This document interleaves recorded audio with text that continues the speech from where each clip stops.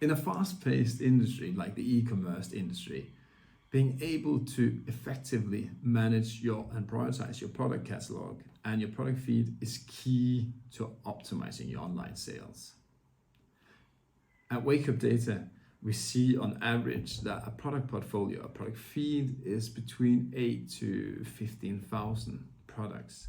So how do you actually manage and prioritize products when you have so many? Here comes the importance of setting custom labels, setting filters based on the popularity, the vice versa, of your products basically. So the first step is identifying and prioritizing your products.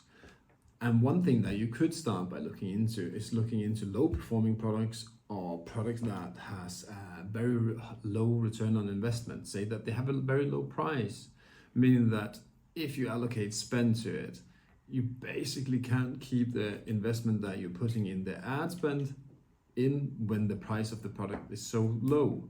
So unless these products are serving as, let's say, a pathway into your product or into your web page, and then a leeway to other products, then it might be relevant for you to consider to take these out, because they will never return the investment that you basically put on them.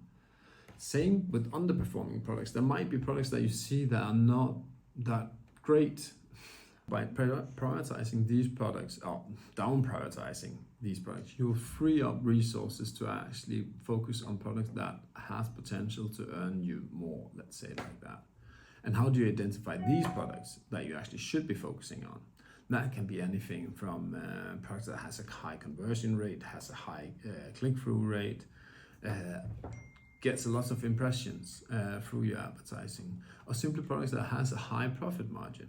All of these products you should be able to identify with the data that you have at hand, either coming from analytics or coming from internal resources such as ERP system or your your suppliers telling you what's the cost of that product, how high is your profit margin on it. And this is something that you should be very attentive to and label out again in your product feed, meaning that, okay, if you have products that are with a really high profit margin, you should of course be attentive to actually push these products out in your advertising. Same way, if you're using analytics, you'll see, okay, these products are getting a lot of attention through my channels. Therefore, you should also be aware of this and make sure that these products get the focus that they actually deserves. Same actually goes for other systems that you could be using that could tell you something about the prioritization of these products. That could be recommendation engine on your site. So you have a search engine with a recommendation on it telling you that, okay, people go to my site and then they search for these products. They might not do it, they might not get a lot of clicks in the channels that I'm using, but on my site I actually see they're fairly popular and people spend a lot of time on it. Hence, maybe I should try to push them some more. It could also be that you are using tools like, for example, Profit Metrics or other ROAS tools where you will be made aware which products are in fact the most rentable, so to say, on ROAS. Which products doesn't get returned as often, which products carries the highest amount of profit after all calculations have been done. These products should have the attention that they basically deserve. When this has been said, this is all performing enhancing segmentation and prioritization of your products.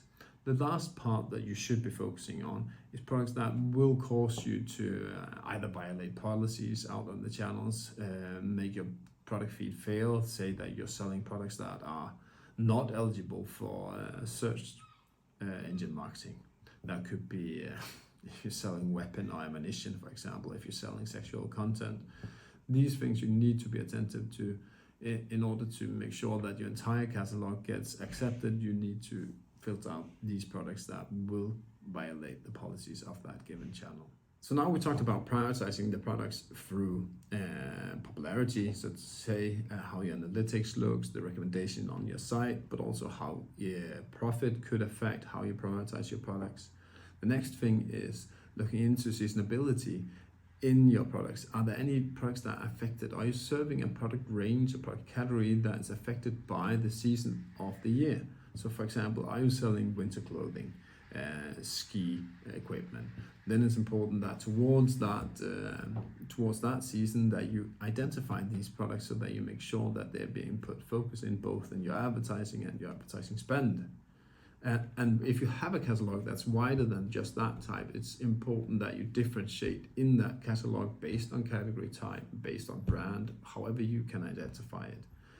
It also goes for, how can you say it, holidays. If you put something down like Halloween, for example, if you're selling costumes, dresses, makeup, and so on, and you know that in your product catalog, this only makes up, for example, 10% of your products, then it's important that you actually are able to identify these when that